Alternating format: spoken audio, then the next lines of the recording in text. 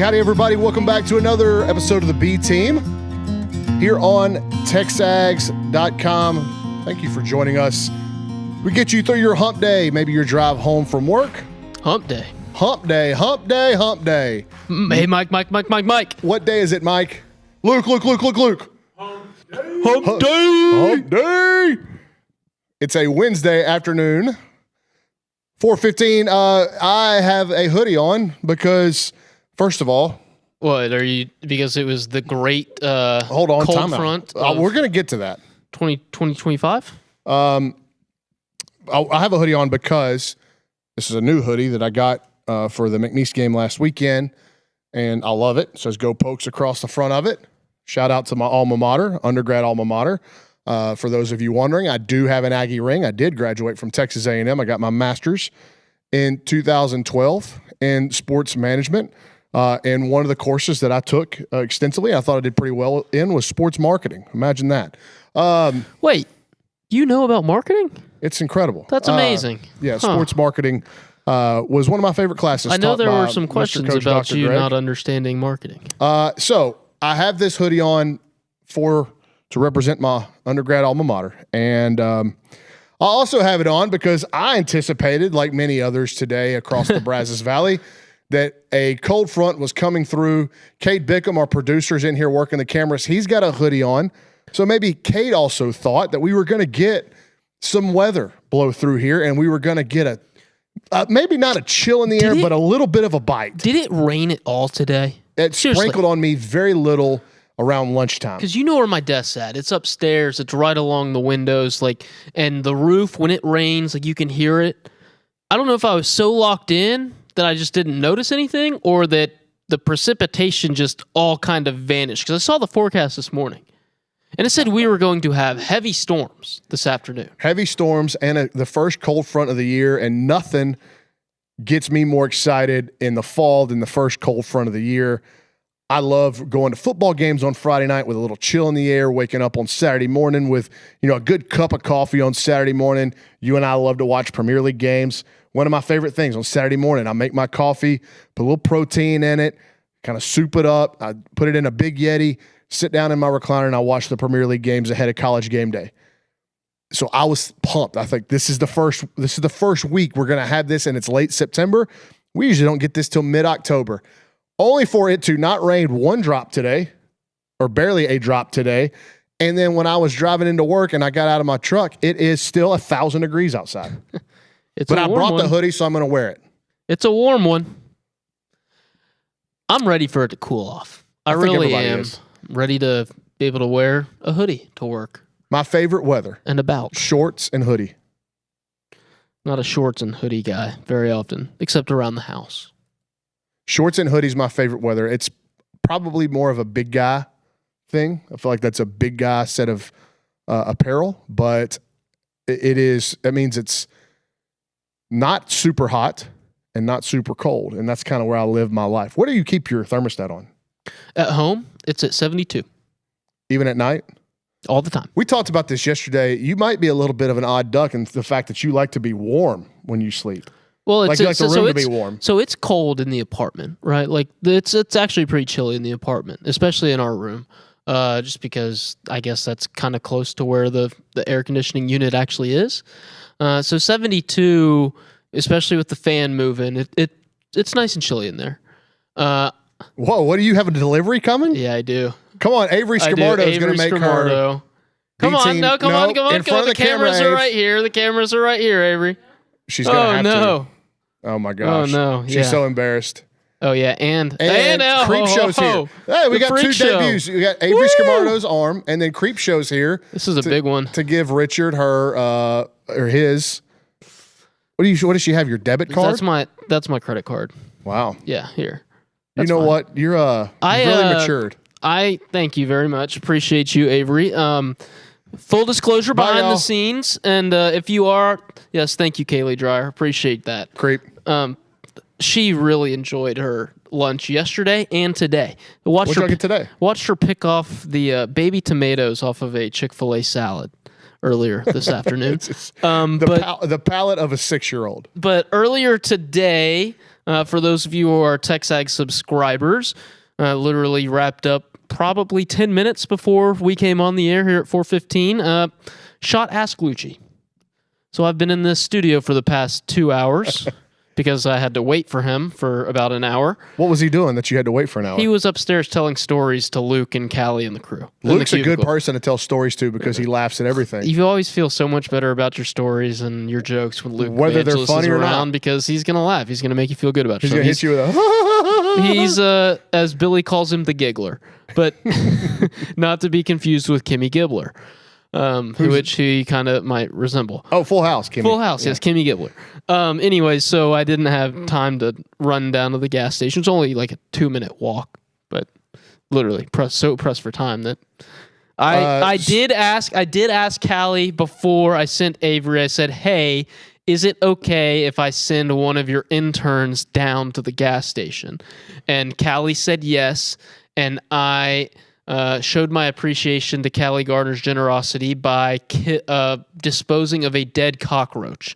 Picked it up with a napkin and threw it away so she wouldn't be so scared upstairs in the cubicle. Callie's in the chat. Oh, Callie's in the chat. Well, she's the only one in there right now and telling her side of the story. Regardless, let's go back to let's examine this thing. You said that you liked it warm in the room when you go to bed. Like that's not what I said. You kind of misunderstood me. Like I like it cold and you pull up the covers, you throw on an extra blanket for sure. But like it makes you fall, like when it's warm in a classroom, like I would always, like if it were warm back in high school, something like in the room, that's when I would kind of doze off. But I was sitting there in a chilly, not all the time, but every now and then, sure. Like if I'm tired, sure, why not? Did y'all not get, our teachers like slap us. Our teachers slap us too. Yeah. Well, except for my favorite high school teacher of all time, Miss Sue Jordan at Nederland High School, taught AP chemistry. She was the best. And I had her class last period, and she would either let me go 30 minutes early so I could go home and take a nap, or I had like a duffel bag. It was actually kind of like a small baseball bag that I kept all my books in. And I would always stack my books flat whenever I would go in Miss Jordan's class in that like knapsack. And she would turn all the lights off, overhead projector, start doing notes.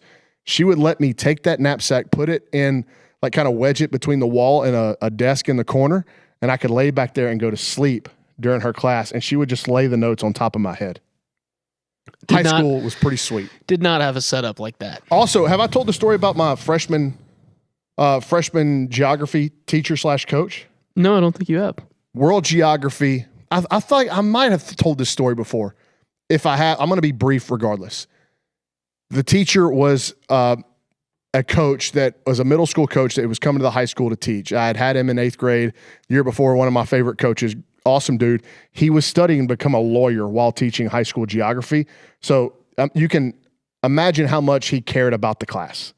He's studying for the LSAT in class. And he would just pass out worksheets. Like you'd walk into class, he'd hand you a worksheet, and then that was it. Like that was just class. Fill out the worksheet, turn it back in. That was class.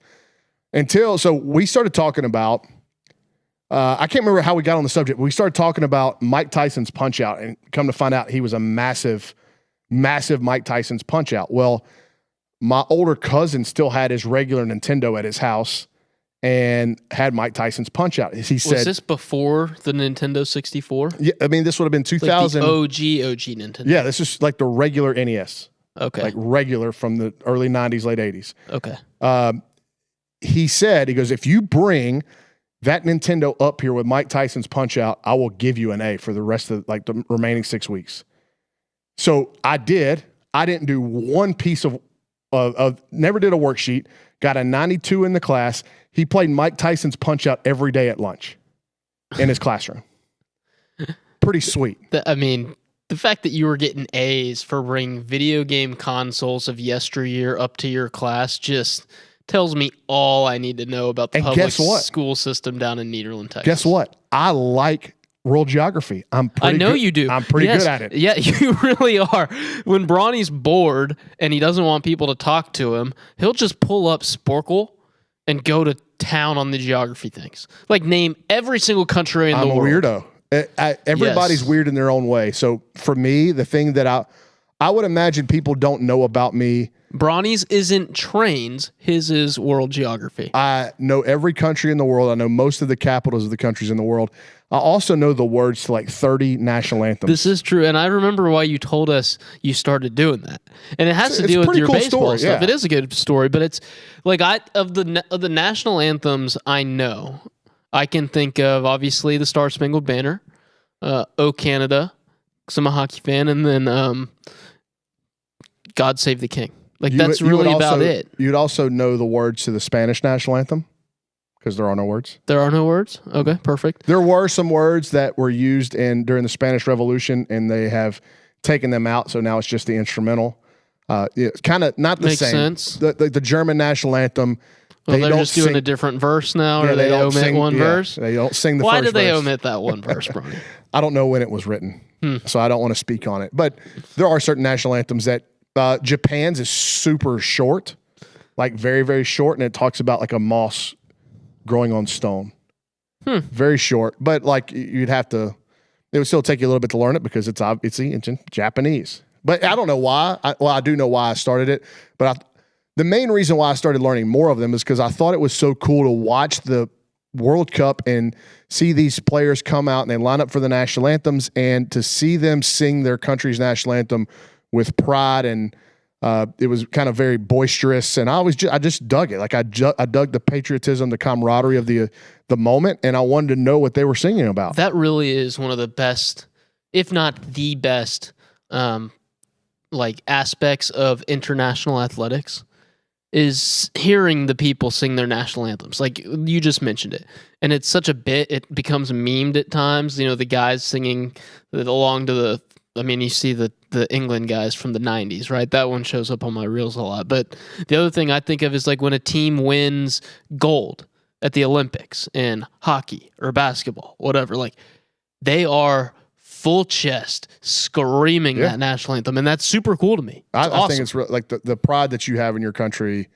I'll never be against it, regardless of the country. That's one of those reasons why, like, I really, really want to go to one of those World Baseball Classic games down in Houston, because I mean, it's very much to a lesser extent when you compare it to the World Cup or the Olympics.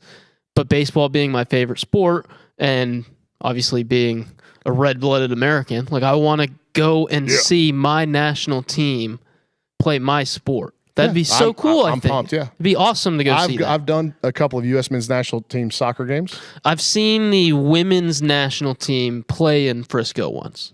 Both times was in Dallas. It was a Gold Cup game, so they're great. They're fun, and especially if you are even a little bit into soccer. When it could be the U.S. playing curling. Like I'm into it. Like I want the U.S. to win. Oh, absolutely. Kate, I know you're busy. I'm going to ask. Yesterday, I did not get to a video that I'd sent you. So when you've got time, can you get to it and get it pulled up and ready? Yeah. Because I'm going to kind of intro it. Okay. Cool. Yeah, I'll go find it right now. Yep. Okay. So one of the parts of my story that I inadvertently left off yesterday about my trip to Utah was who I bumped into Oh, yeah. in the weight room in Park City. The guy from Seinfeld. And some people will know him as the guy from Seinfeld. A lot more people will know him as one of the great New York Yankees from the 1990s and early 2000s. So I'm walking to the gym. It's me and probably two other people in there for a hotel/resort gym. This one's pretty nice, and it should be, considering the nature of the entire complex that I was in was extremely, extremely nice. So I walk in, and there's this guy. He looks like he's probably late 50s, early 60s, very fit, like wearing kind of a tight-fitting workout shirt. You can see like shoulders and back muscles, long and skinny, like frame. Brauny really liked what he saw. And I couldn't place his face. I'm like, man, that guy looks so familiar. He's looks like he's built like a former athlete, but who is that? So I just kind of kept trying to catch glimpses of him, and then it all clicked for whatever reason. I said, that is Paul O'Neill. And it sure enough was. Seinfeld. Former Yankees outfielder Paul O'Neill, and made me start thinking about my memories of Paul O'Neill. And even though I think this play happened either before I was born or right when I was born. I have no live recollection of it. But in my opinion, I think Paul O'Neill made the greatest play in baseball history. I know what you're talking about. I know what you're talking about. Bobbles is a base hit to right field. I think he's playing with the Reds at this time. Yes. And it's a base hit to right field. If you haven't seen it, look this up. This is truly remarkable. He bobbles the ball in right and in frustration just kicks at it toward the infield. He connects with the ball. It goes right to the cutoff man and stops all base runners. Do you realize how insane that is? Yes, of course I realize how insane that is. But you can't call it the best play in baseball Have we history seen anything like when it? he bobbled the ball to begin with. Have we seen anything like that? Cade, have you ever tried to kick a baseball? No, I don't. Well, I probably on accident. Well, I saw this. Like on a comebacker, you'll stick anything out, just to make sure. Really? Well, Anything, huh? pause. Stick anything? But you'll stick a leg out or whatever, just to make sure it doesn't get by you. But I've never on purpose tried to kick the ball. So up. He on purpose kicks this right to the cutoff man. I know what you're talking about. So Yes, I know soccer this. skills. I've seen this play too. Yeah, it's crazy. Yeah, Soccer crazy skills, play. not really something you expect to come on display on a baseball diamond. Kind of like the ability to, I don't know, hike or snap a football. Not something you expect to see come into play on a baseball diamond. Yet Tarek Skubal tried to do it yesterday. Well, you saw, who's it? Mark Burley did that in one of Well, those. that was even crazier. He flipped it between his legs with his glove. Right. Skubal had his bare hand and just tried to go for it and went all the way down the right field line. All I'm saying is, in the history of the game of baseball, to varying degrees, we have seen every version of play made except that one by Paul O'Neill. We have never seen another human kick the ball from the outfield to a cutoff man. We've seen incredible home run robberies, outlandish throws, crazy infield plays, double plays, squeeze plays. There's all different versions of this baked into the history of the game of baseball. There's one time a person has kicked the ball to the cutoff man, and that was Paul O'Neill. That we know of. So when I saw this play the other day from Jacob Young of the Nationals and just seeing Paul O'Neill, it kind of brought back some maybe similar memories. Kay, do you have it? Panicum. There he is. Watch this. I know. I've seen it. It's insane. Jumps at the wall, kicks it up to himself, and makes the grab. That is Paul O'Neill adjacent, but still not as great as Paul O'Neill. But what a play by Jacob Young, who looks like he's going to be a sensational player. The Nationals have some really interesting young pieces. Yeah, let's see this replay. He made another Tracks insane. back. This was Sunday, right? Yes. This was Sunday afternoon, and then on Monday, the Nationals, I believe they're in Atlanta this weekend. He made another insane play. He was charging in on a sinking liner. He does this on purpose. Kate, can you pull that back for that last replay? Watch. He does do this on purpose. Ball comes out when he hits the wall. Look. I know. That is a flex foot to kick it up. He hacky sacked the ball to himself. Crazy. It is. That's crazy. But you see on Monday, he's charging in on a dying liner, and he gets there, but it doesn't stick in his glove, so he catches it with the bare hand. Yeah. He made back-to-back insane plays on back-to-back days. That might be the best catch I've ever seen, although I'll still give credit to the Dwayne Wise catch to save Mark Burley's perfect game. Second Mark Burley reference on the show, just because of the situation and the scenario that sounds was like a in. good top 5 list, because Best plays ever. best plays that because the Gary Matthews robbery of Mike Lamb at the old ballpark in Arlington. He stuck his foot into the wall. And caught it behind his head over the fence. Jim Edmonds diving Straight full back. out back is I would put just some of nuts. these crazy throws that we've seen over the last 5, 6, 7 years up there. Yasiel Puig in Colorado, misplaying a ball at the wall, picking it up on the warning track, and firing it to third base. What about the 2 outfield assists by Rick Ankiel in Colorado to third base twice in the same game? I don't remember that one. One was a sack fly where he had no momentum and just kind of flat-footed rocketed a ball right on the tag area. What about Yoenis Cespedes down the left field line in Anaheim? Yeah.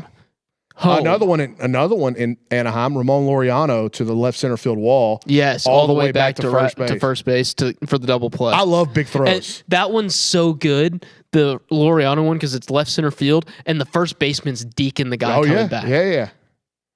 I love a good deke, dude. It's hard to, if you're on the receiving end of that throw, you see it come, like you've got to have played that out in your mind, like, because you're going to get excited that this is going to be an incredible double play. And as you see the ball flight coming towards you, for you to just sit there and hold your deke, that's pretty incredible. We see that a lot more with catchers on plays at the plate trying to hold their deke as long as they can't. No, well, pause. What? Tell me, what did I miss, Cade? What did I just miss? Brauny's cracking himself up, and I feel like I missed something completely. Yeah, you didn't miss much. Honestly, it wasn't even that crazy. What I said was probably crazier. So what was said, guys? Said he's trying to. I was talking about the position of deking a runner. Okay. Right, and I said they got to hold that position, but I'd use the word hold their balls. No. Hold their deke. Deke position. Yeah. Hold their deke as the balls arrive. Jeez. Oh, Sophomoric. That's what you get here. You know. That's why this is the B team. It is. They don't put us on regular radio. Callie's calling us children. All right.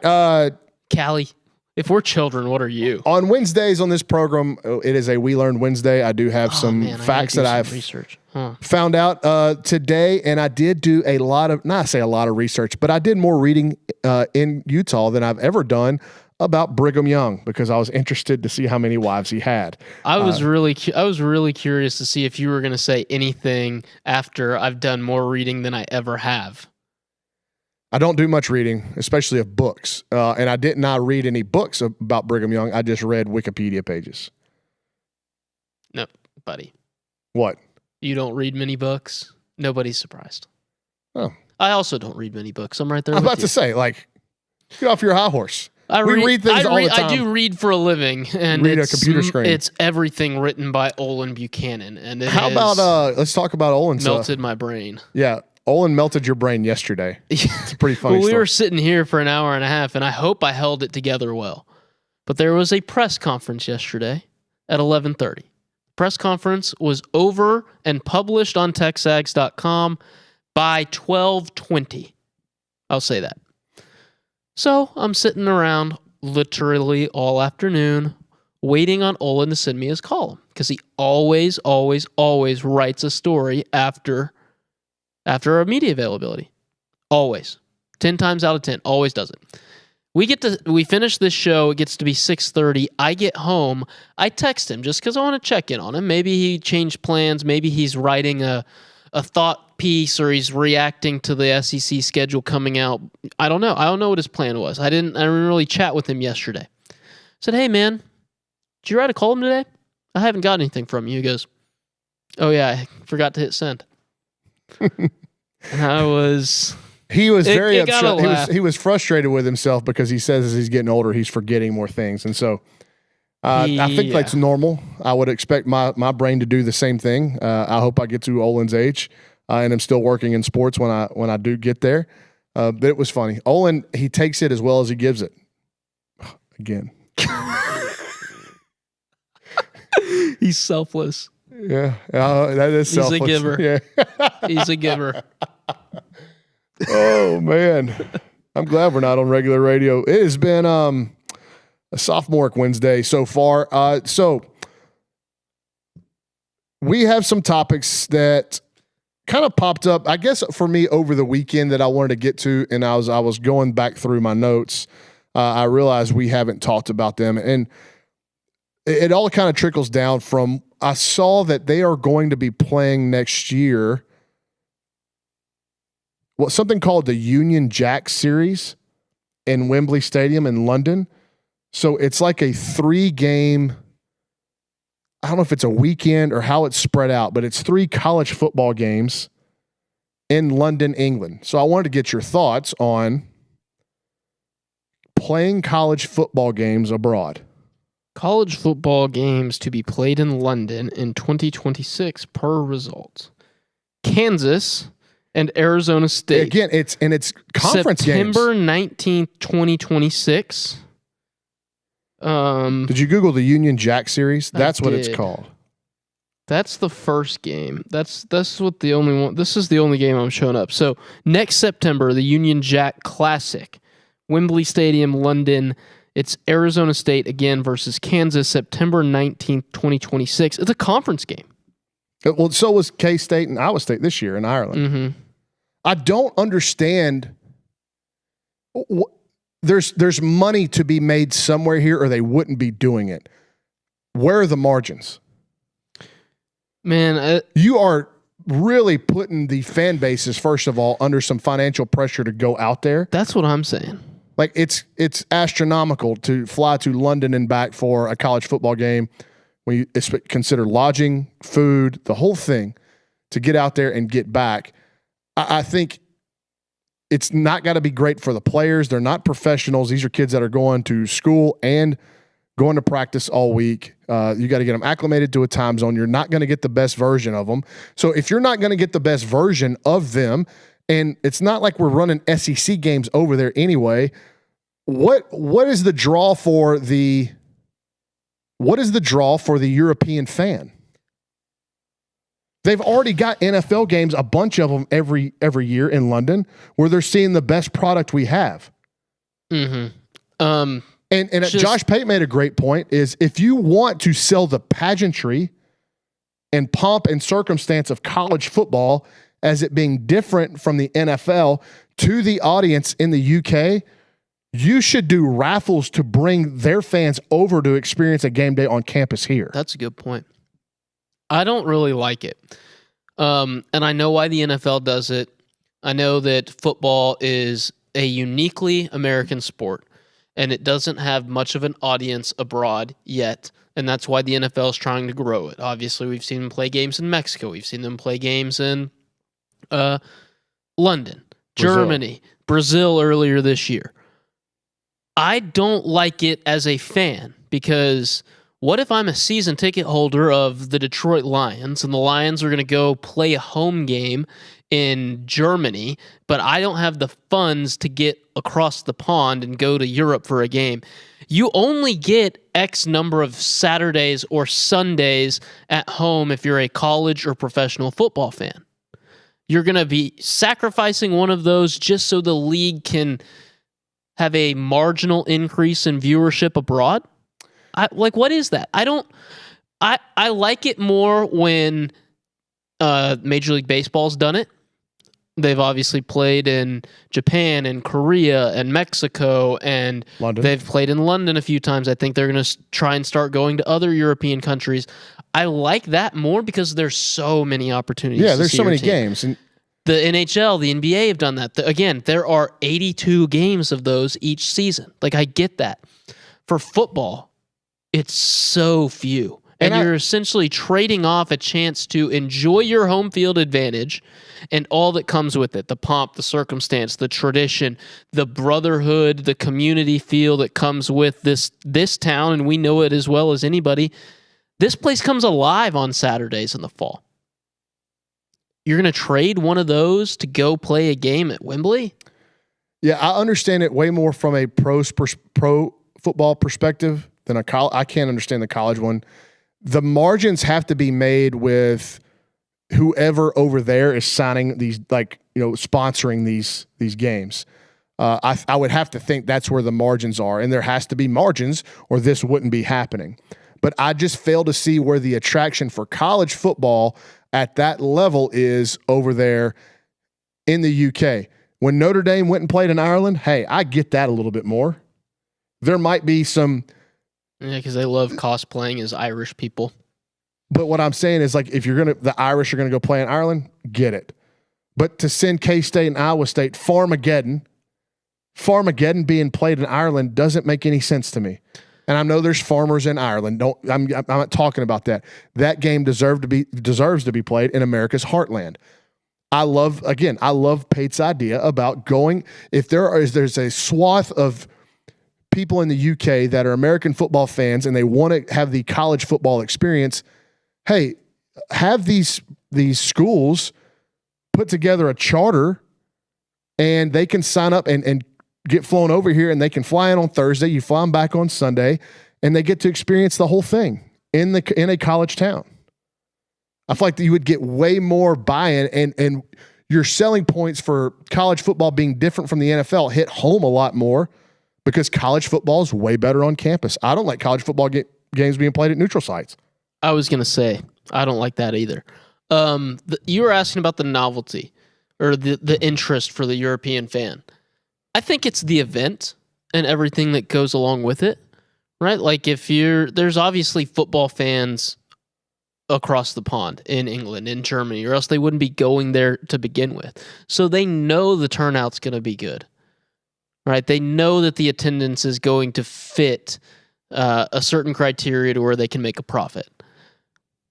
And if you're a fan, it's all about the event. It's the same reason why I go to, dude, I don't really care about F1 races. I really don't. It's a terrible spectator sport. But we go to Austin every single year. One, because we get to see a lot of family when we go. Two, because it's an event and it's fun and it's unique and it's different. That's what would draw some people in. And that's why, and if that is what's drawing people in, maybe you make them a fan for life. Maybe you make Kansas Jayhawk fans for life in London, England. It's cool. Does it move the needle that much? For me? Is the juice worth the squeeze? Obviously it is. They've obviously done the market research to where it's worth the squeeze financially. It has to be, or they wouldn't be doing it. Again, if you want to interact with the show, we would try to get through some of these chats, but if you want to make sure your chat gets read, we will read any and all super chats as long as they're not vulgar, as long as they're not demeaning, we will read them. But I did see one come across here a little bit earlier. Garrett said, headed to College Station today for my birthday. What is a new restaurant in town to go to dinner with my wife, class of 23 here? Chewy's. Class of 23 means you haven't been out of school very long. Wife, class of 23, dude. She loves Chewy's. Just take her to Chewy's. She might. All the girls, all the girlies love Chewy's or Chimmy's. The bros love Chimmy's too. Even at 29. I would say DeBaca Steakhouse. I haven't had that place yet. Is a new place. Marfa's over there on the south side. If you haven't been there, I don't know. Marfa was probably around whenever you were in school, but what I have found, and Cade is the most recent out of school, he's still here in the office. Cade, I don't think you venture much to the south side of town as a student for restaurants or for just about anything unless you got to go to like Lowe's.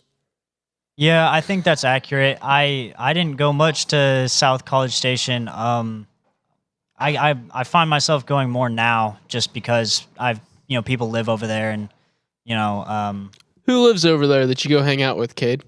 Well, I'm trying to think. They kind of live in South College Station now. The Tex Gals. Oh yeah, the blonde trio. It's funny how they the blonde barrage. Can they hear me, Cade? No, I can turn you on the TV so they can hear you. It's just funny to me how whenever this show started, they were all in on staying around for B Team. And now it seems like they only want to stick around whenever they're going to be part of the bits on Thursday. Like that's the only shows that they're fired up to stay around the office for. But, if they don't have, they've just got better things to do all of a sudden. I guess so. Yeah. Callie, what are you about to go do? About to go teach a dance class. Teach a dance class. I mean, you could do a dance class here in TexAgs. We have so many people that work here that could probably use some help with rhythm. Evangelist is one of them. There's no shot Luke Evangelist knows how to dance. I bet he can gritty, and that's about all the dancing that Luke Evangelist could do. Is Evangelist? Hey, Callie, you might know the answer to this. Cade, you also might know the answer to this. Is Luke going to be in Songfest again this year? Well, that's a good question. Hey, Luke, are you going to be in Songfest this year? He's retired. He's too old. Oh, he hung him up. Dude, we need to get him a jersey retirement right next to Kay Nagley's Northgate number. And right next to the Buzz Williams shrine. Yeah. Dude, that's like end of an era. This is... Yeah, that's a good idea. Hit me harder than Kershaw's retirement. Hey, did you see that today, earlier, Luke was running with the same foot and same leg upstairs? That's like a TikTok trend. Oh, of course it is. But leave it to Luke to make it look... What was the word Dan used when Billy sent him that video of me? Flashy. Way to go, Luke. You made it look as flashy as possible. All right, so neither one of us are fans of playing college football games abroad. We don't even like them played on neutral sites away from campus. The next question that I had for the group, who are your non-offensive teams in the SEC? And I'm not talking about Jimbo Fisher era Texas A&M non-offensive. I'm like, because this game with Auburn, I've always thought like Auburn, Mississippi State, they're non-offensive to me. Like if they're good, I like it. If they beat A&M, I'm just not happy, but they don't like, it doesn't make my blood boil to lose to Auburn or Mississippi State.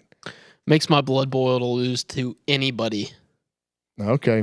Anybody. Super competitor. I wish I was as competitive when I were younger and actually playing sports as I am now. Maybe it would have But you driven get what me I'm to saying, be a little like, bit better. You lose to LSU, you're going to hear about it. You lose to Texas, you're going to hear about it. You lose to Arkansas, you're going to hear about it. Same, like, to a certain extent, Oklahoma.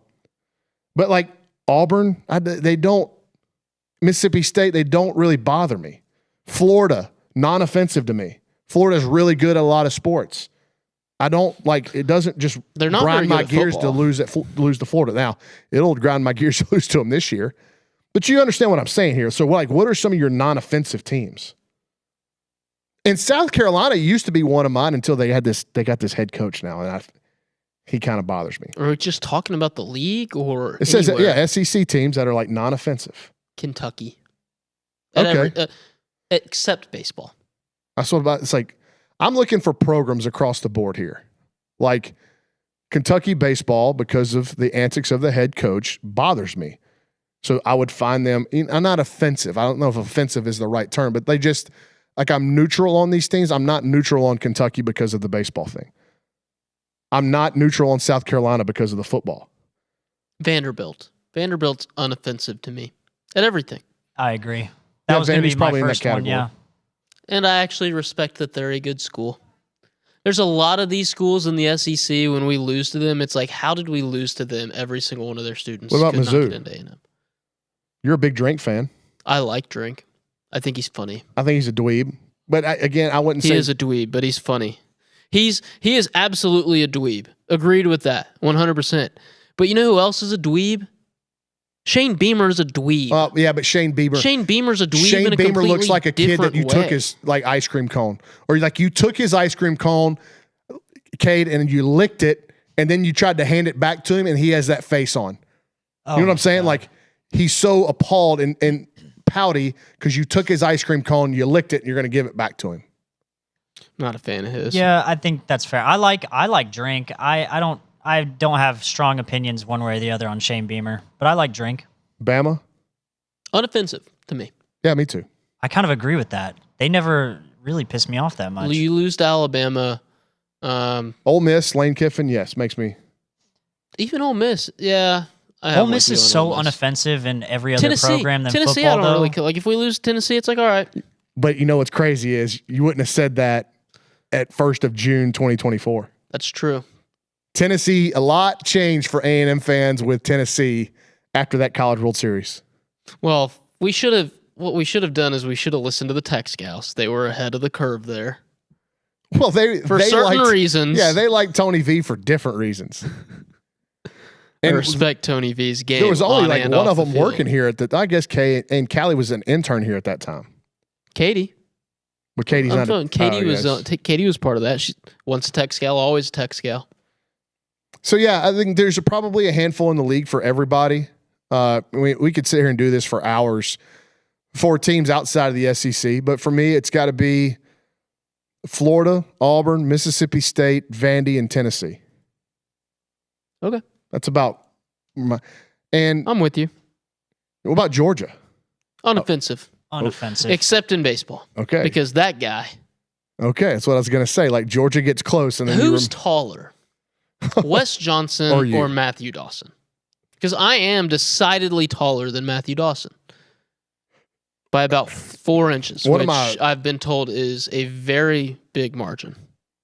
Well, I guess that depends on who you ask.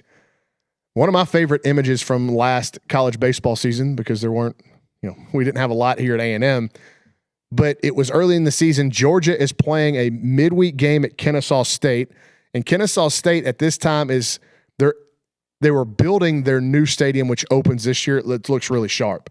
But they were playing I couldn't tell if it was a city park or if maybe it was an old park they had on campus, but it looked like very hairy high school. Anyway, it's a back and forth game, midweek, bunch of runs. Wes Johnson gets dumped in like the 7th inning. And they show him on the camera walking off the field, and he's walking down a hill, like a grassy hill. He's got to go get on the bus. Yes, like he's walking toward a yellow dog. There are non-covered open batting cages in the background that he's walking by. The netting on them is rotted. The L screens in there have no nets on them. I was like, did Wes Johnson just get thrown out of a game at Brian Bachman Community Park in College Station?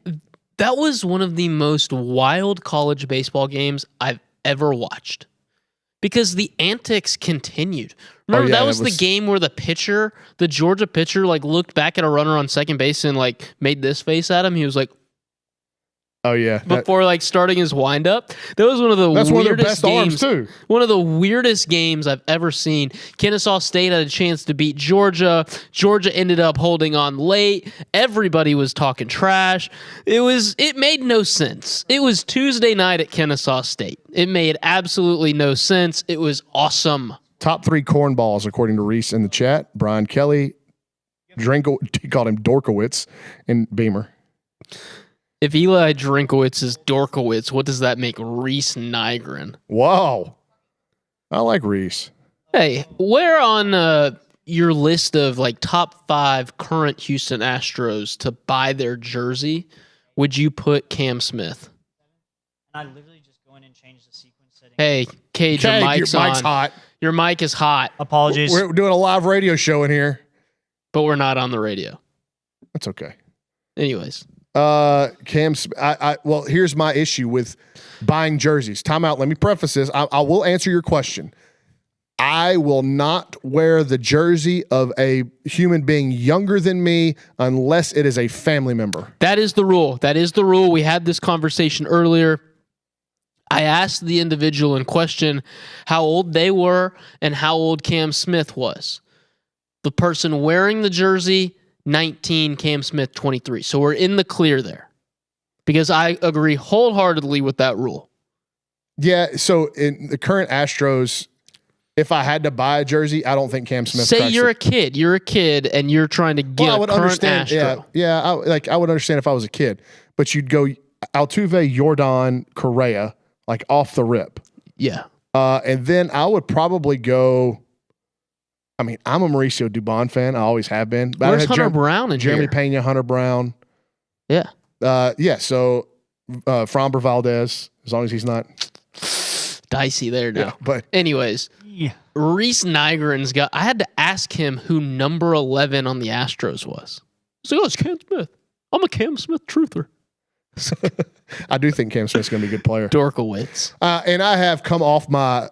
I'm frustrated with the Astros. I'm disappointed, but we don't have to go down the baseball thing. Real it's just quick, a terrible sport. I hate it. Well, the Dodgers got walked off last night. Richard was tweeting at the FBI. Yes, and NCIS Los Angeles, which I found out went off the air 3 years ago. But Richard was tweeting at the FBI and NCIS Los Angeles to come pick up Tanner Scott. Tanner Scott, domestic terrorist. And he's betting on baseball. You can't convince me otherwise. Last year, he only had 2 blown saves.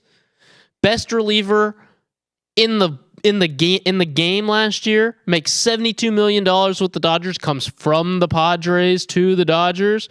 And now he's got a major league worst 10 blown saves. Something's fishy. I think we're looking at the wrong Dodger for betting on baseball. I think it's Tanner Scott. FBI, CIA, Mossad, Interpol, you guys take a look into that guy. Something nefarious is happening. I'll wash my hands of this. Something nefarious is happening. I'll wash my hands of this. I was just simply going to say that whenever you take into account the massive amount of injuries that the Astros have continued to deal with all year, it's hard for me to. I'm disappointed. I'm frustrated. But it's hard for me to be super mad and think that it is the worst season ever and completely underachieving whenever you've had the massive amount of injuries that they've dealt with. underachieving for sure, but context exists and context should be taken into account. A&M right? baseball last year. Absolutely.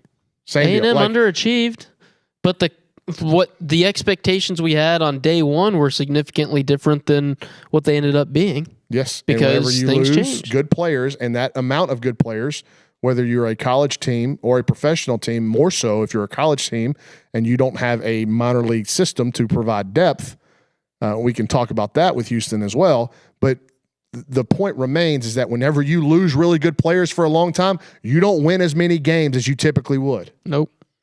Facts. Yeah. Injuries are a major thing. I would still say it Injuries should be considered a failure if they don't make the postseason. 100%. 100%. It should be considered a failure if they don't make the postseason, considering where they were 2 months ago. It's interesting, though, because you always talk about in preseason, whatever the sport is, you say if they can stay healthy, they should be able to do this. Well, you preface it with if they can stay healthy, because if they don't, everything changes.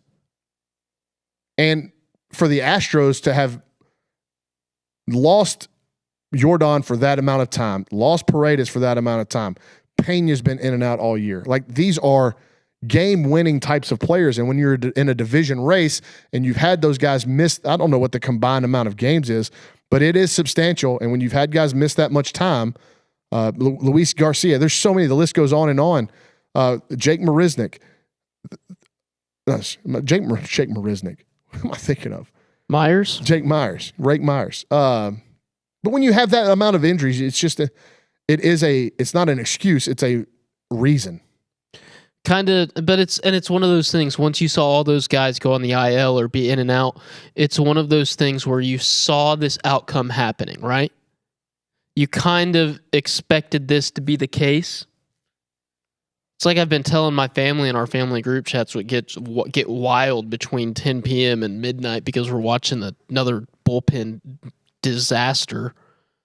Like, we've known for the past 2 months that the Dodgers are going to die a slow death. They can still win the division. They could. And they're talented enough to win the World Series again. They are. If they get hot, they can win the World Series. I don't think they will. For the Dodgers to win, I don't think they're better than the Padres. Right now, they're definitely not better than the Padres. For the Dodgers to win a postseason series, they are going to have to either score 10 runs a game, which in postseason baseball, not likely. Or they're going to have to get 9 inning starts from their starters, which isn't going to happen because any number of outs, even just 1 out, is sometimes too much to ask of the Dodger bullpen. We saw that in Baltimore. Yoshinobu Yamamoto, no-hitter, 8 2/3. The Dodgers are up by 4. Lose the game. Losers. Tanner Scott, you're the number 1 guy on that list of losers, buddy. And I hope NCIS Los Angeles comes and arrests you. I hope that Tanner Scott hears these rants, honestly. You know what? have been open about them. I think it would be really hilarious if he just sees this one. Yeah, maybe day. he's got a family member that's an Aggie and just catches a bit of this and they're like, the Aggie Network's crazy, dude. I know it is. Can I drink this? Sure. I mean, I drank a little bit out of it, but I didn't know you'd already. I had opened it already. That's okay. I was drinking it during Ask Lucci because if Luke is around, I'd love he was a water. making fun of me. Again, this the hottest cold front of all time has got me sweaty in here. So speaking of Tanner Scott, and you talked about the Baltimore Orioles, and will we ever see? It brings this question. It's kind of a good segue. Will we ever see relegation in American sports? Don't we? We are. I mean, they have the USL. No one watches it, but they have relegation in USL. You know what I'm talking about. No, absolutely not. We're never going to have. It's highly unlikely relegation in this country without the development of some legitimately secondary leagues. You can't even have it, right? Like the English Premier League or the English football system is tiered. So all of these teams could theoretically play each other. They have tournaments where they do play each other. But until the United States, that we don't have a sports organization structured like that. The G League is owned by NBA teams, right? And then the minor league organizations are owned by big league organizations. And for football, you don't have, the USFL What was the other one that was very vague? I mean, XFL obviously, but USFL, XFL, UFL. UFL, Because they combined XFL and USFL, right? Isn't it now just UFL? yeah, whatever it is. Yes, that's true. They Yeah. play in the spring, right? So there's until you legitimately start forming some of these leagues where they can go up and down, there's no relegation to be had because there's no lower leagues. There's just farm systems, basketball and baseball. I do think it's an interesting concept, and where you could see it, where you more likely to see it than any of those other professional sports is college football. I You would go actually from love that. P4 to G5. It would be pretty interesting. Right. I think that you would have to. What's your team limit though? Like how many teams are in the top division? Are we going? Well, you'd go all are of we the going P4. 40? So what is it? How many teams are P4? Like, is it 64? That probably something around that number. Yeah, there's 16 in the SEC. There's 18 in the Big 18 Ten. in the Big Ten. ACC 136 FBS teams. Correct. Let's see. I think Just ask ChatGPT and it won't spit out a number. How many teams in the Big 12? How many? There's teams in the ACC? 69 Nice. Power 5 schools. nice. So I would say 9. 9 go up, 9 go down. And how would you determine, like let's say Kentucky in the SEC? Just because they're the worst team in the league, does that mean they automatically go down? Because you have to factor in the schedule Strength they're of playing, schedule. right? Well, at this point, or in this scenario, do conferences exist in this scenario? Are we like making it fully hypothetical? Like, If it's fully hypothetical, then no conferences because exist. then if you at just that draw point the you schedules, just, you would I just don't hate that. If it's fully hypothetical, what they would need to do is they need to go to 32, the Super League, right? 32 best teams, biggest brands start out, and then you tier it. You go 30, 30, 30, whatever, all the way Yeah. down. And Yeah, then I you do- could move yeah. up 6 teams at a time. Yeah, I do. Like you'd have to cut. Couldn't be 69 of them in the top group. Nice. It would have to be it's just even if it was half that. Yeah. But you'd have to start tiering them to where like FCS would be tier. The top level of FCS would be tier 3. So there's 20 teams in the Premier League, and 3 teams go up and down each year, right? Is it 3 or 4? 3. it's 3. Okay, so if there's 32 teams at the top flight of college football, how many teams go up? 6. 6? 7? Did you come up with this hypothetical just to say that stupid internet meme? Yes and no. Like, I was serious. Well, like, but it's no, the like, internet seriously. meme aside. Like, how many teams would go up and down? I think 6 is the 6 right number. was the right number. Yeah, sure. Or Let's 8? let's do 6. Because then it's the 6 worst records of the top division go down. 6 best records. You'd have Of to the do division completely below away go with up. conferences because But here's you the sick part also have about to it, get though. away from the regionality of it. If you go completely away from conferences, then every year, let's say they do it in like late March or early March, just like they do with the Champions League draw, you start drawing your schedule out of a hat. That would be so sick. It'd be 3 hours long, 32 teams. We're drawing schedules. It'd be electric though. It would must-see be so TV. sick. God, that's a great idea. We should be the new commissioners of college football. I we think. should not. I don't want that responsibility. No, pass. You're gonna have to pay me a lot of money. I'm sure they A would. lot of money. Yeah. You know what, Cade? Actually, if Tanner Scott's listening, he's not very happy. But if you're a college football guy out there and you can pull the strings and you're listening, I will take a lot of money to be the college football commissioner. Just call me. If you've never watched like the World Cup draw or the Champions League draw, We watched the Champions League draw just last month or earlier this month. it's like it's an event. It's not like just some random guy from Dothan, Alabama pulling strips out of a hat. Like these people are. Oh, we did an hour-long special for schedule release yesterday. The best way to describe it would be like NBA draft lottery Yeah.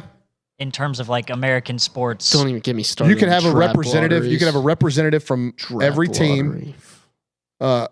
in the building. So you'd have like Mike Elko or whoever, Trev Alberts could be A&M's representative. They could do it. They could rotate the spot where they have it each year. It would be sick.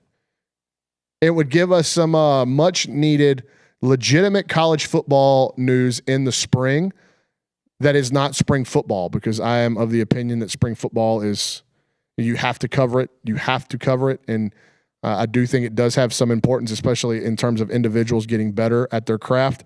But people put way too much stock into those practices, into those videos, into those spring games because they've got nothing else to put stock into. And there's nothing else, if you're a college football fan, to take your attention away from those spring practices and spring games. But one of the most overhyped, over-talked about events of the calendar for college football is how your team looked in a spring game. Who cares? And you know how I know that they are not of consequence anymore?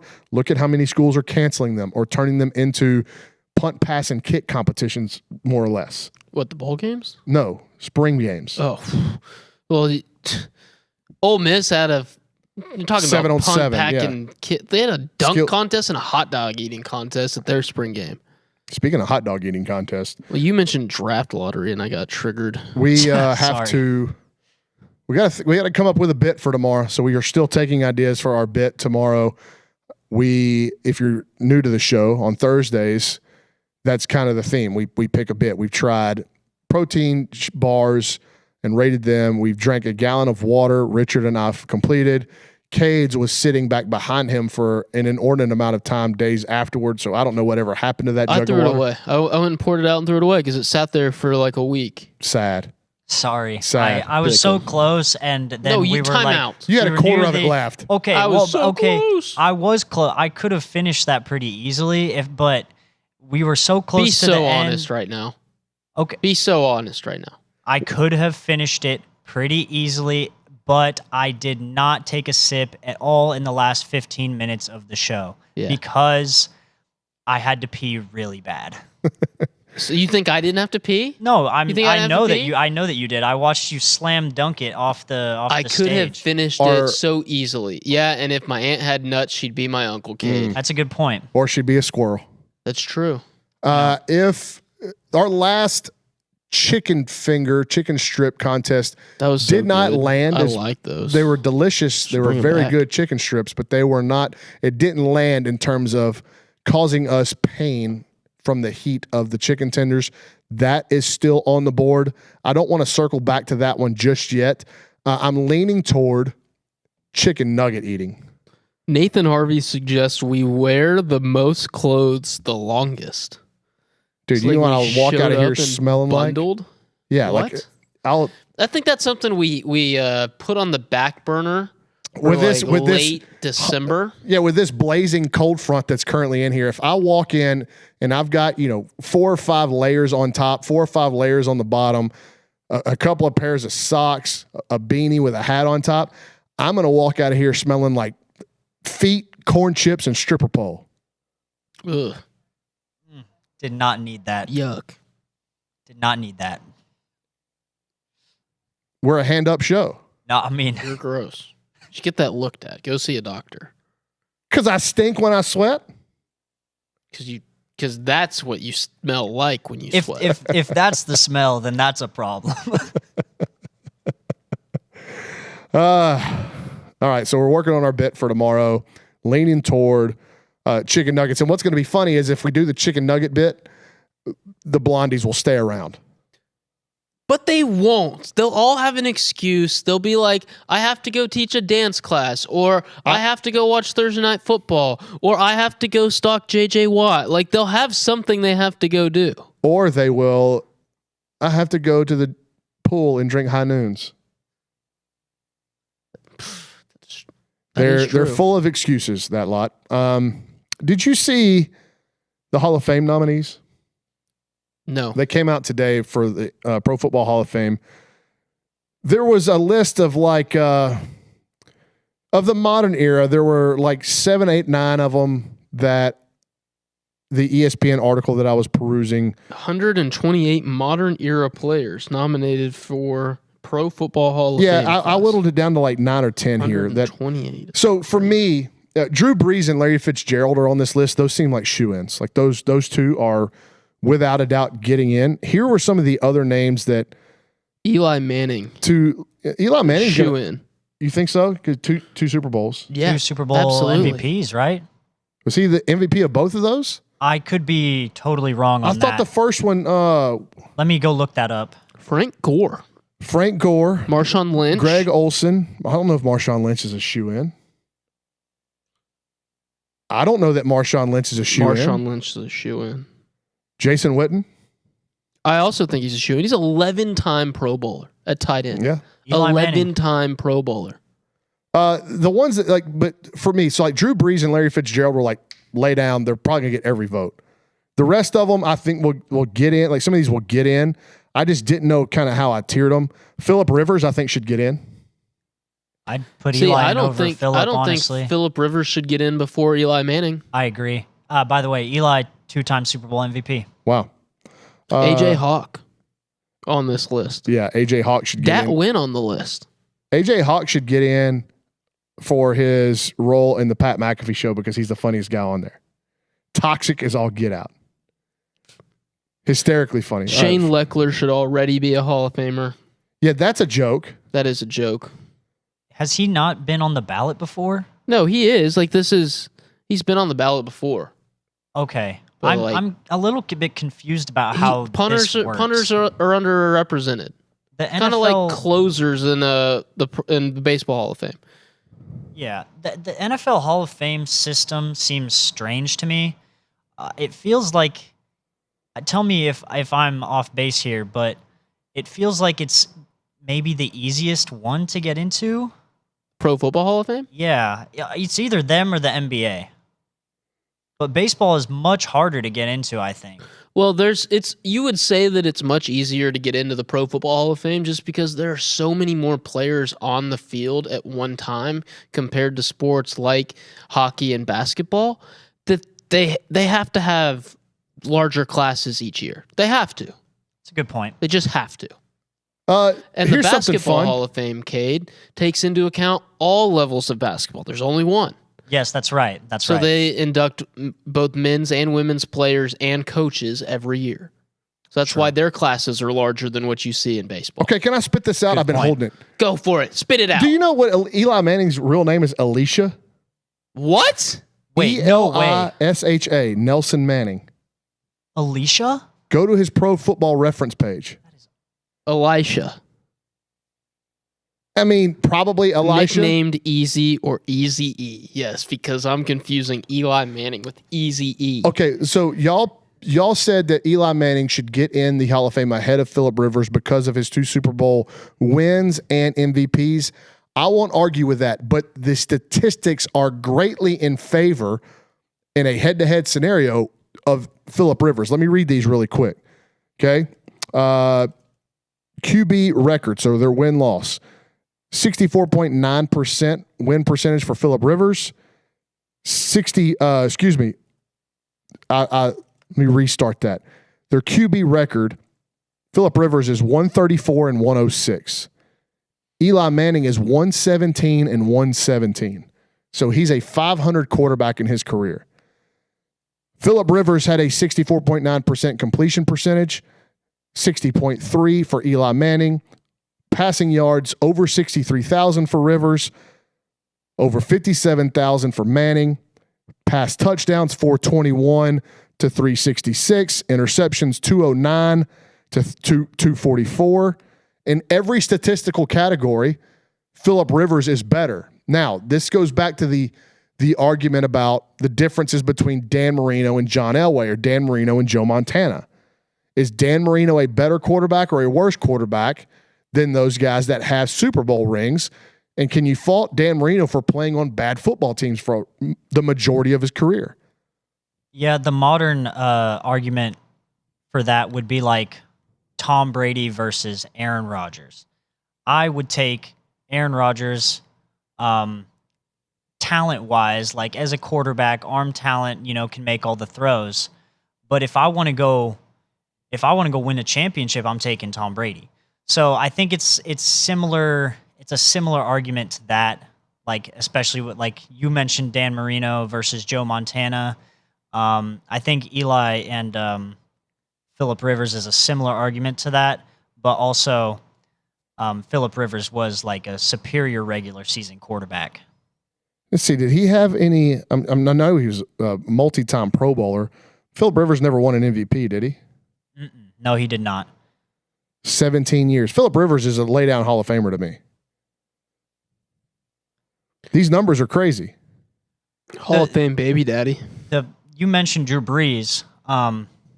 He's the person that you listed that I think it is the most ludicrous that they don't have an MVP.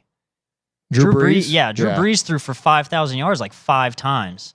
Tons of touchdowns. Nobody else is ever going to do that. 8 Pro Bowls for anymore. Phillip Rivers. Let's see what else. So 8 Pro Bowls, twice NFL Comeback Player of the Year. Was in the top. So he was 3rd in MVP voting in 2009, 6th in 2008. So if Phillip Rivers is going to get in, it's going to be mostly statistical based. Phillip Rivers has 10 kids. He's trying to field the team. It's crazy. Well, throwing darts on and off the field. It's an interesting conversation. Buy a Phillip Rivers and Eli Manning. Chat, what do you think?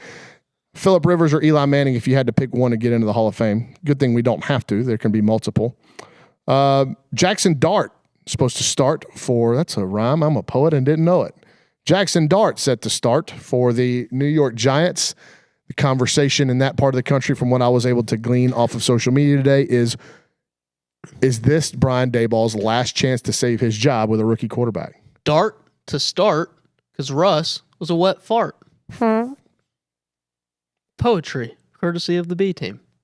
And sound effects, team. Yes. Oh, what do we think? Well, Jackson Dart I will be way more tuned in and way more interested to see what the Giants are going to do on Sunday with him at quarterback than I would have been with Russell Wilson. I think that it makes him a better team. For sure, it makes him a better team. Russell Wilson is just terrible. Russell Wilson has been around very long. Russell Wilson, is he going to have a shout for the Hall of Fame? I mean, if Eli's in, he's in. If Russell Wilson? Yeah. If Eli Manning is in, Russell Wilson is in? What are you saying? Who won the Super Bowl MVP? I know that. Actually, Russ didn't even. Oh, that's actually a good point. I know that Russell Wilson's wife is really hot, but that doesn't get him in the Hall of Fame, Cade. Actually, you're so right because Russell Wilson didn't even win Super Bowl MVP in that game that they won. Peyton Manning won it. No. It was this can be a crazy. Was it? I think it might have been Bobby Wagner or Bruce Irvin. Super Bowl XLV III. What is that? Is 48? Yeah, that was the one where they beat the brakes off the Broncos. It was a very sad day. R.I.P. for you, dude. Bad game. What was Cade Bickham doing that year? Russell Wilson's a 10-time Cade Bickham was in middle school bowler? that year. What year was that? 2013. Yes, it was 2013. No, it was February 2nd, 2014. But it was the 2013 season. Yeah, because the Super Bowl MVP of the 2013 Super Bowl was Joe Flacco. Yeah, Joe Flacco, more Super Bowl MVPs Malcolm than Smith. Russell Wilson. Malcolm Smith. Okay. Yeah, they did. They blew the doors off the Broncos that day. So bad. I don't think Russell Wilson's a Hall of Famer. He doesn't have near the case that Eli Manning or Phillip Rivers have. But Russell Wilson, remember what was the report that came out that whenever he was with the Broncos, he pissed off a bunch of his teammates because he was doing like up downs and high knees in the aisle of the plane. I remember that. I remember that too. It's like trying to get a workout. He was, God, he's so. What's his team called? He's so corny. I just remember my favorite moment of the Subway sandwich commercial is crazy too. That one is elite. Yeah, that was great. But my favorite, the hands down the best Broncos Russell Wilson moment was Broncos country. Let's ride. Let's ride. Let's ride. Let's ride. That got so super good. popular. Oh my gosh. It's an all-time Instagram meme. I thought Twitter he had meme, a team full of social people that had media a name that were close to him that did like all of his promo work. Because they like were coming out in defense of him after.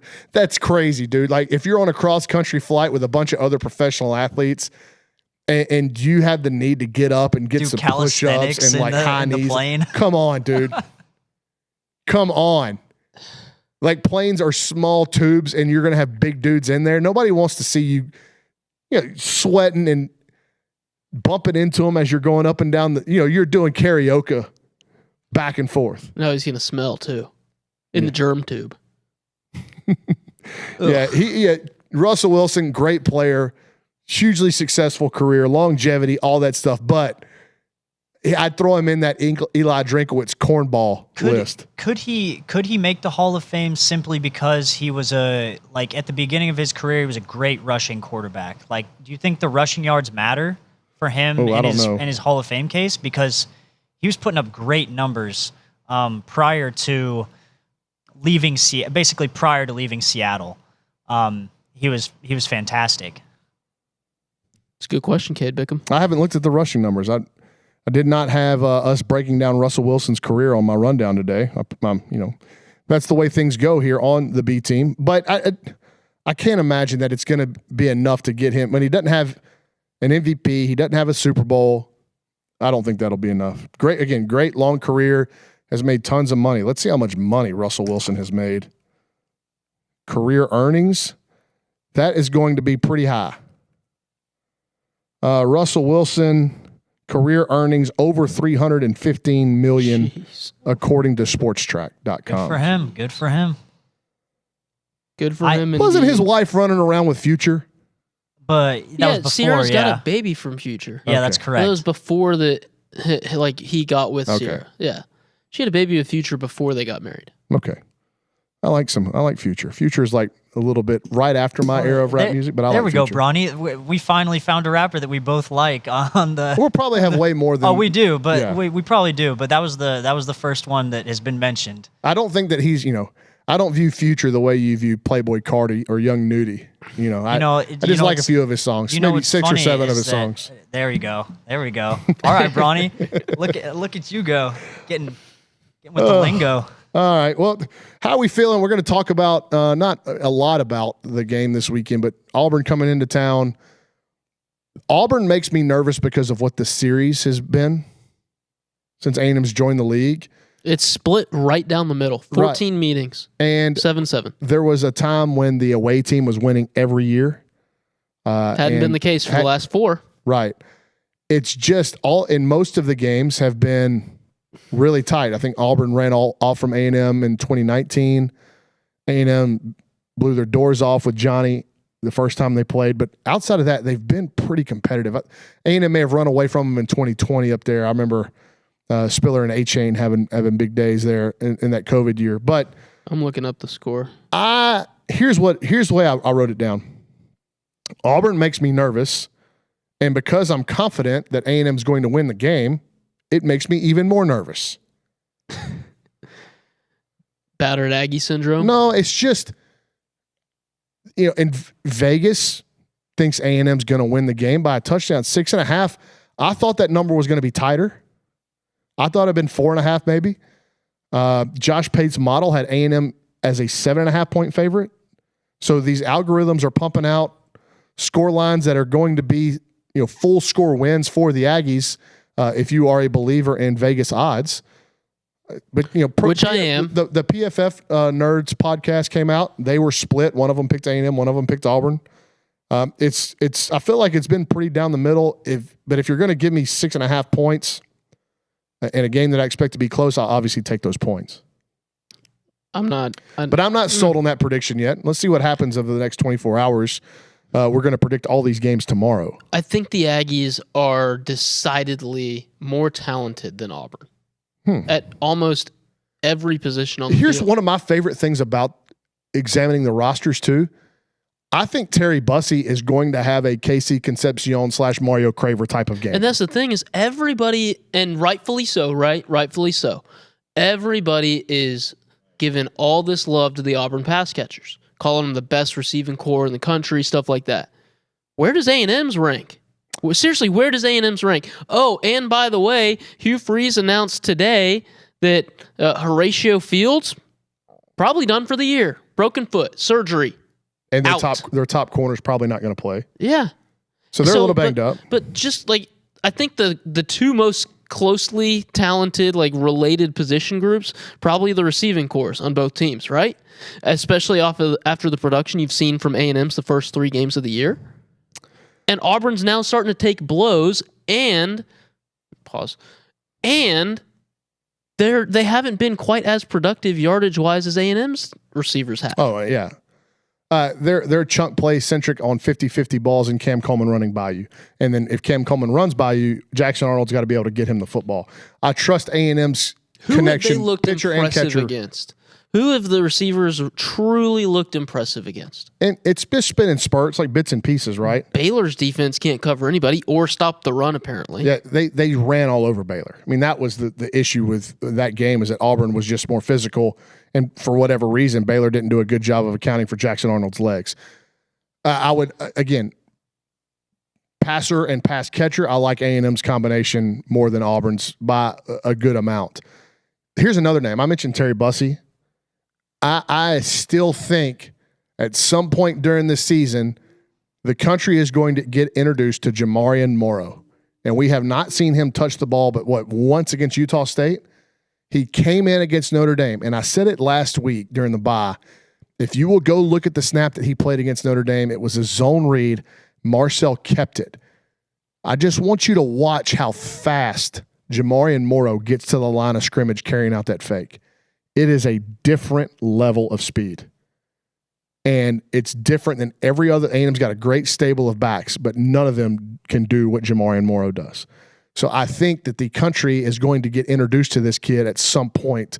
He is going to make a huge play, and everybody's going to go, who is that guy? But he's got, it's not Devon A-Chain speed, because we're not going to see hardly anybody that's ever going to have that.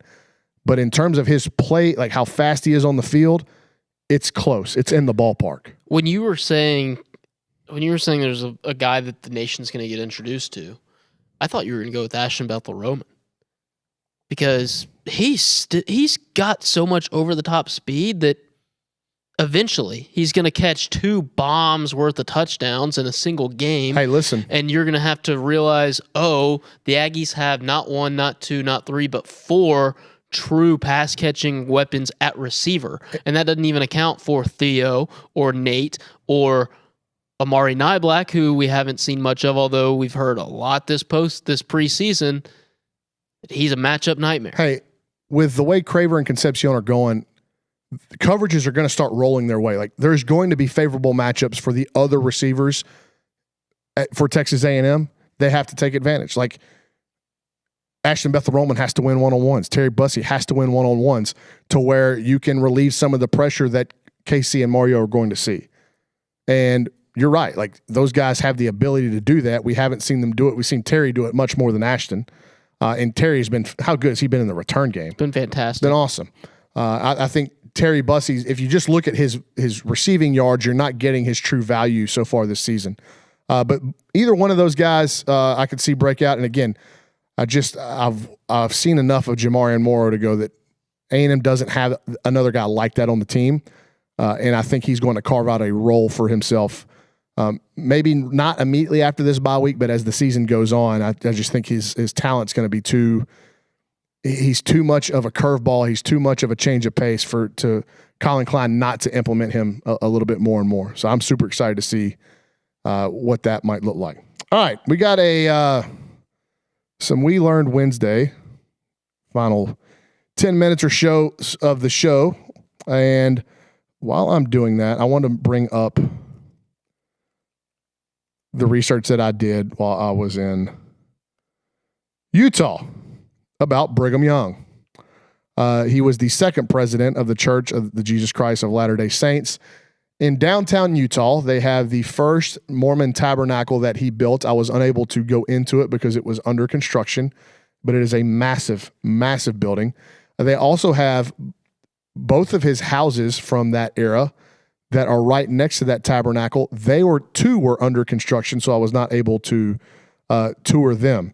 The interesting part about Brigham Young and that I was looking for was how many kids did he have? So Brigham Young had 56 wives and 57 children. 56 wives and 57 children. That's a lot of headaches. Not all of the wives bore children from him. He had his final child when he was 69 years old. Nice. 69. But that is crazy. Gross. 56 wives and 57 children. Yeah, they're wild out there. They're wild. They're wild out there. They have all these links here that you can like check his descendants, and that family tree has got to be a forest. But you know what I'm saying? That's just so many. I just like they're wild out there. There's Thanks, some more. Cade. There's some more when you dig into his past that I don't think is not too savory, especially through today's lens.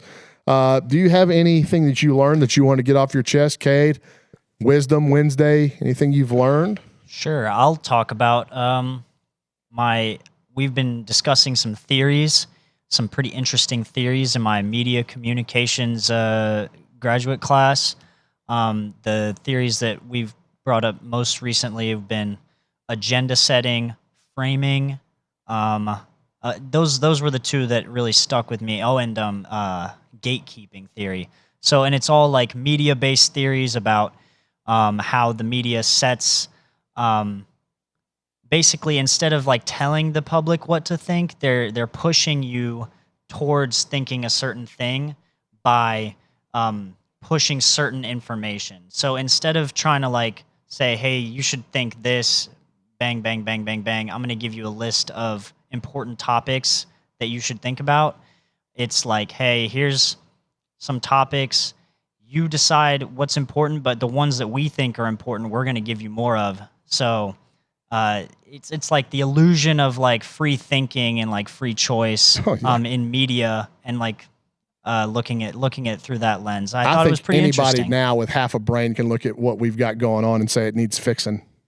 I think that's true, but unfortunately, there's a lot of people who don't have half a brain. Today. Yeah, that was hat tip to you, Cade. That's a little bit of a curveball. Very. I thought you were going to say we had some theories working in the office about like what's the next step for NIL, and I learned this about NIL this week. But no, that's good. Bringing some true academic discussion to the B team, some much needed elevation of class and topics Ain't that for the show. Truth? Ain't that the truth? I actually taught my class last week on Tuesday. Oh, Professor Wait, Bickham. you taught your class? I taught the class, yeah. Huh. On agenda setting. It's pretty interesting. It's yeah, pretty what fun. was your agenda? Well, my agenda was, it was kind of, the word I'm looking for is meta. My agenda was to tell them about agenda. It's kind of meta in that way, like Inception, but with agendas. What? I've not seen Inception. Is that Brad Pitt? No, that's Inception DiCaprio. Is, DiCaprio. It's funny. I actually haven't seen it either, all the way through. Not a movie guy. I'm just aware of the You're not a premise. book guy either. I'm more of a movie guy than a book guy. I'd rather watch it than read it. Yeah, that makes two of us. Do you have anything? Because I've got a list of things. So I asked Jenna for help because I did not do much research myself today. Have you ever heard of Mike the Headless Chicken? No. Yes. You have? Does Yes. not surprise me that Cade Bickham has This heard must of be an Mike the internet meme Headless thing. Chicken because he's from Cade's home state of Colorado. Okay. Big deal. In 1946, Mike the Headless Chicken was being slaughtered, head cut off, right? You ever heard running around like a chicken with your head cut off? And because when the head is cut off, there's still some signals being sent down the spinal cord to other extremities. They can run around every now and then. Mike lived for 18 months after having his head cut off. No. Yes. That's not true. Yes. He survived because most of his brain stem remained intact and a blood clot prevented him from bleeding to death. So the chicken lived for 18 months without a head. How did it eat food? It How come it eventually, didn't die of eventually starvation? whittled away. He was being bred to be eaten, so he had enough fat and stuff on him. But water?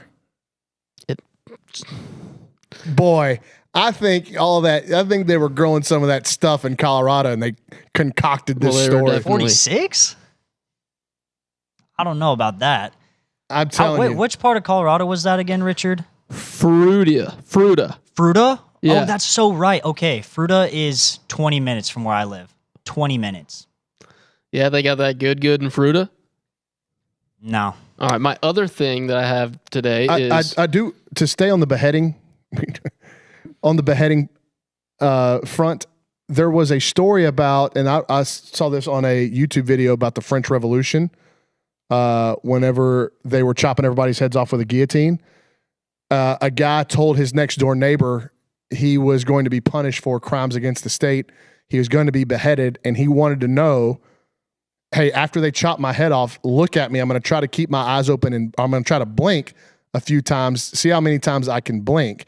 And the guy, apparently it was passed down that the guy stayed alive for 8 seconds. His head blinked for 8 seconds. Wow. After it was cut off. I have heard that if you get to choose how you're going to be executed, the guillotine you won't feel anything. Because it cuts off the spinal cord, so you won't be able to cognitively know that you're in pain. I wonder who told that story. I know, true. The other thing I have is that John Adams and Thomas Jefferson hated each other. They were very, very bitter rivals. So when John Adams died, he said, but Jefferson still lives. He was unaware that Thomas Jefferson had actually died hours earlier.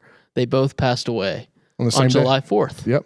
I was aware of that story. Again, I'm weirdly enough, I'm a history buff. Well, how about this?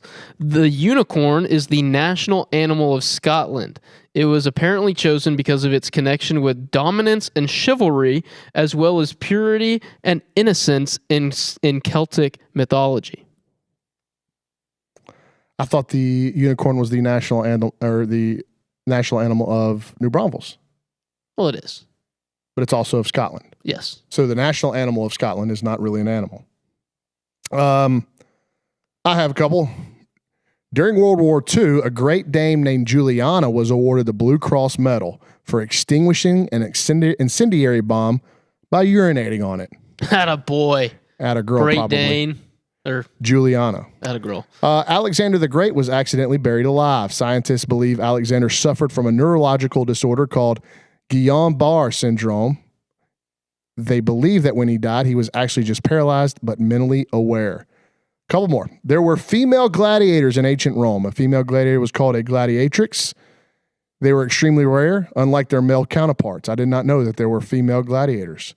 The world's most successful pirate in history was a lady named Qing Shi.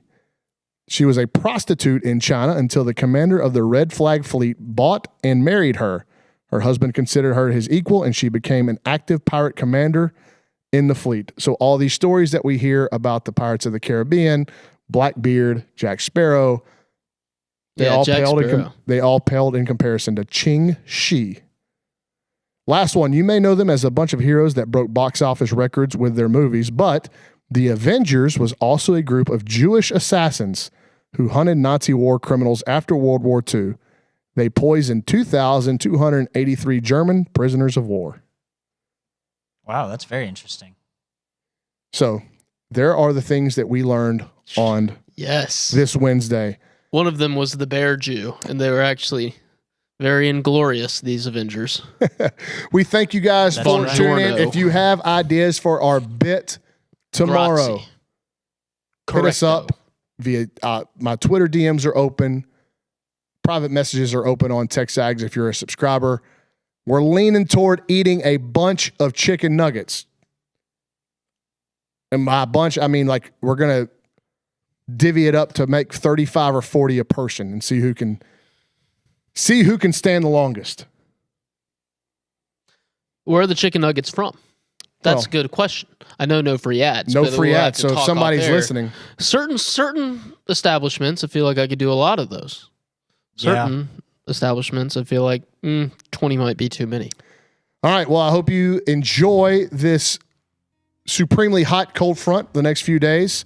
We'll be right back here tomorrow. We're picking a bunch of games, a massive college football slate on deck here for this Saturday. If it does ever turn cold, what a time to be watching football from sunup to sundown and even a little beyond. This Saturday, it's going to be a loaded schedule. All right, we'll be back tomorrow. Come check us out on the B Team.